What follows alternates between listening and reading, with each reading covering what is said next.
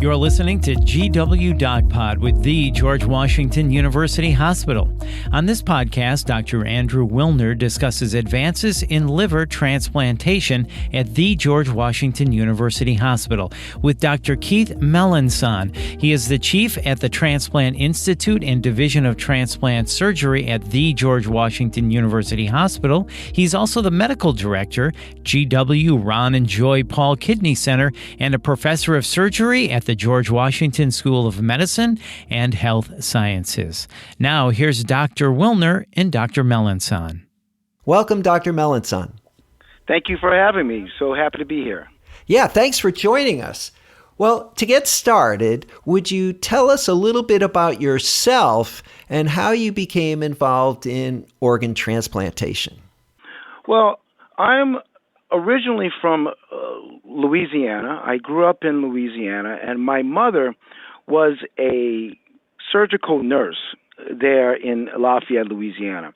So since the time I was a child, I was interested in becoming a surgeon.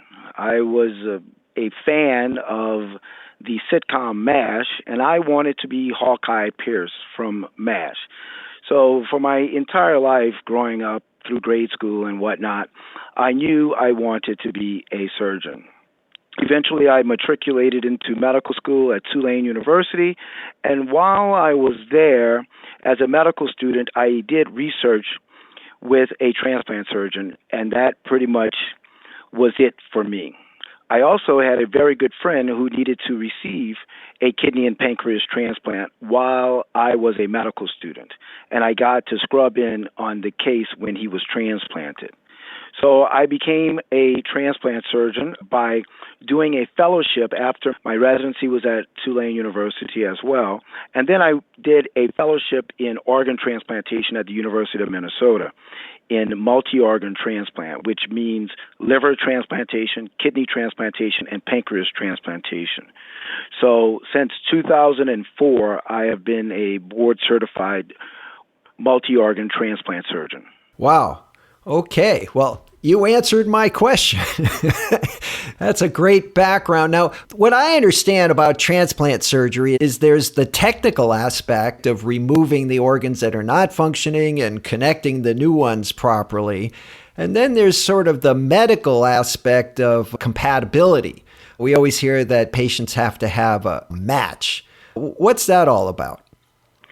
A very good question. So the immunology of transplantation is much more important than even the technical aspects of sewing the organ in, because if the patients don't match correctly, you are going to have rejection of the organ. So in liver transplantation, it's a little bit easier than, say, kidney transplantation, because in liver transplantation, we really just match people by blood type and size. So if the person is within a reasonable amount of facsimile to the size of the person that's getting the liver, and if they're the same blood type or a compatible blood type, i.e., if you're blood type O, you can give your organs to someone that's another blood type because O is the universal donor, or you need to match A going to A, so forth. But for a kidney transplantation, there's an additional hurdle because we also match people by these proteins that we have in our bodies that are really there to help us fight off infection. These proteins are called human leukocyte antigens, and we all have them. It's incompatible with life if you don't have them. So we try to match those in kidney transplantation because the better matched you are with those HLA proteins, the better the outcomes. So it's a little bit more complicated with kidney than with liver, but matching, usually you start with blood type matching. Okay, so in addition to matching, it would seem to me that the organs that you're transplanting from the donor have to be in good health. So how do you define that? Yes, so in order to determine if the organs are in good health, anyone that is being worked up to be a donor, and you can be a donor in two different ways, either after death Or you can be alive for a liver transplant. That would mean giving a portion of your liver. And for kidney transplantation, that would mean giving up one of your two kidneys. But in either scenario, the donor has to be in very good health, and the organ that is going to be transplanted needs to be perfectly functioning. It's easier to find people that are really good donors earlier in life, but it's not a disqualification to be a donor even very late in life.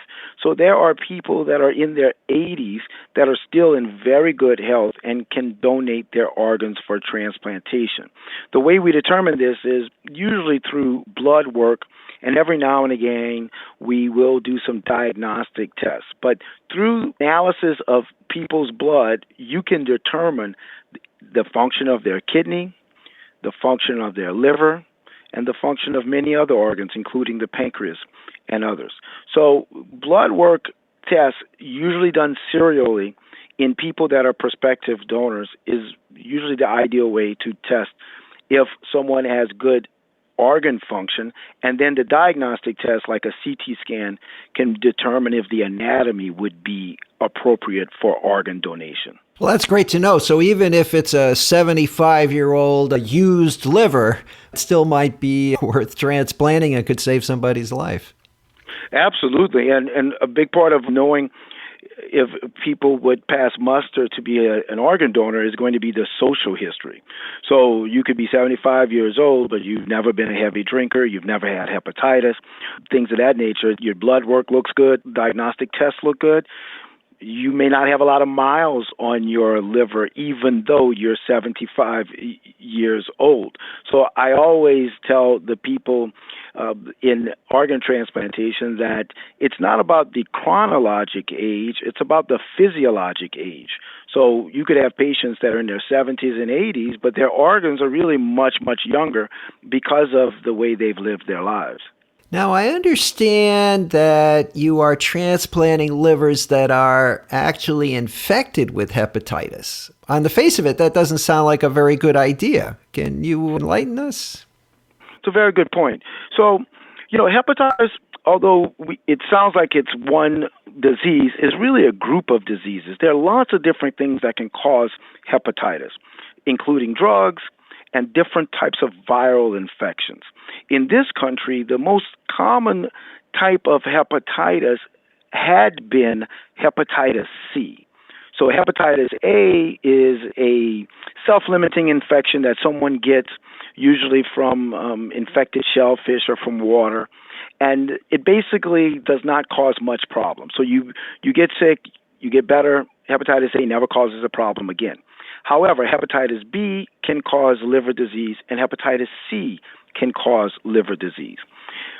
We are now taking people that have hepatitis C and allowing them to donate their livers because although hepatitis C can cause serious liver disease, it really takes decades of the indolent virus to be causing problems unknown to the patient before it really rears its ugly head, like I said, many decades later. So if you find someone that has hepatitis C, like let's say they were to die in a car accident and they're hepatitis C positive, but the liver, through the test that I told you about earlier, is still in good shape, we can now successfully transplant that liver because of the invention of this whole new class of medicines called direct-acting antiretroviral medications. So these direct-acting antiviral medicines kill the virus. So you can take the organ, transplant it, give the recipient of the transplant these new drugs, and the virus is eradicated from the body, and it will not live any longer to cause a problem down the road after transplantation. This is very different than what we used to be able to do in the past, because one of the things that used to happen with people that got an organ when they had hepatitis C is that the medicines you would give the person to prevent rejection would actually make the hepatitis C virus come alive and go crazy in the recipient. and cause them to maybe even die. This does no longer occur because of this fantastic new class of medications. Right. So ideally, the patient who ends up in a car accident would have had that treatment for their hepatitis before, but maybe they didn't know they had hepatitis C, and now you find it post-mortem, but you can actually treat it once that organ is functioning again in a new person. Absolutely correct. That is exactly the scenario. Cool. All right, let's change gears a little bit. And I heard something about kidney pumps. Tell me about kidney pumps. Yes. We are so excited about the fact that we are utilizing these pumps in kidney transplantation, because what's happened recently in the field of kidney transplantation is that in order to give greater equity and access to kidney transplantation, we have really pushed the envelope insofar as allowing greater and greater distances to be called local for the purpose of increasing transplant in areas where people have historically not had good access, or at least not had equitable access. To give you an example, if you lived in New York City a few years ago, the problem is that there's so many people with kidney disease in New York City that even in such a large city, there's not enough donors to keep up with the need, and therefore the wait for a kidney transplant was, greater than 12 years. Whereas the same type of person needing a transplant in, let's say, Charlotte, North Carolina, would only have to wait about 3 years. So because we had such a problem, what happened is we, as an organization of, transplant professionals, we decided that the right thing to do was to make the local area not be just New York City, but a circumferential area of about 250 miles. So now Baltimore is considered local for New York City, and now these kidneys can go from Baltimore all the way up to New York if those patients have been waiting longer. Well, the problem with that is the longer the organ needs to travel, the longer it stays on ice without blood flow, and you can get what's called delayed graft function, which basically means it just takes a little bit longer for the kidney to start working. They can still work fine, but this delay sometimes can be very problematic for the patient that you transplant because they become fluid overloaded, and the treatment of fluid overload is more dialysis, but more dialysis hurts the new organ because it robs it of very important blood flow. So the solution is to try not to have delayed graft function. And what we have found is we can markedly reduce the rate of delayed graft function if we take those kidneys that sit on ice longer and then right before we transplant them, put them on a kidney perfusion pump so that fluid is pumping through the kidney like blood, but it's not blood. It's preservation fluid. But because our organs are so programmed to have, in a pulsatile fashion, pushing this fluid through the kidneys, it makes them work better when you transplant them. We started doing this at George Washington Hospital approximately 2 years ago, and the outcomes have been fantastic. We saw our delayed graft function rate decrease, although the cold ischemia time, i.e. the time that the kidneys are on ice, have increased. So this has been a very successful program, and by decreasing the delayed graft function rate, we have decreased the rejection rate and increased the outcomes after transplantation. So we are very excited about this new area of being able to pump these kidneys prior to transplant. Kind of priming the pump, as it were. That's kind of interesting because it sounds like a fairly low-tech solution. In other words, you didn't really have to invent these new pumps, right? I mean, it's kind of off-the-shelf technology, but it was the idea to do it that was new. Is that right? Well, the field of pumping kidneys has been around for decades, but what really, I think, has spurred the increased use of these pumps is that the technology got progressively better. In the old days, and by old days I mean more than a decade ago, the pumps at times actually used to cause some damage to the kidneys because the pressure was too high inside the vessels. So the technology had to evolve to us realizing that we did not have to pump at nearly the pressures that you would see inside the human body. And I think early on, the idea was to push the fluid through at around the same pressure as you would see inside the human body. We only now, because of research, push the fluid through at a pressure of about 1/4 of what you would see inside a human body. But this decreased pressure actually has had better results.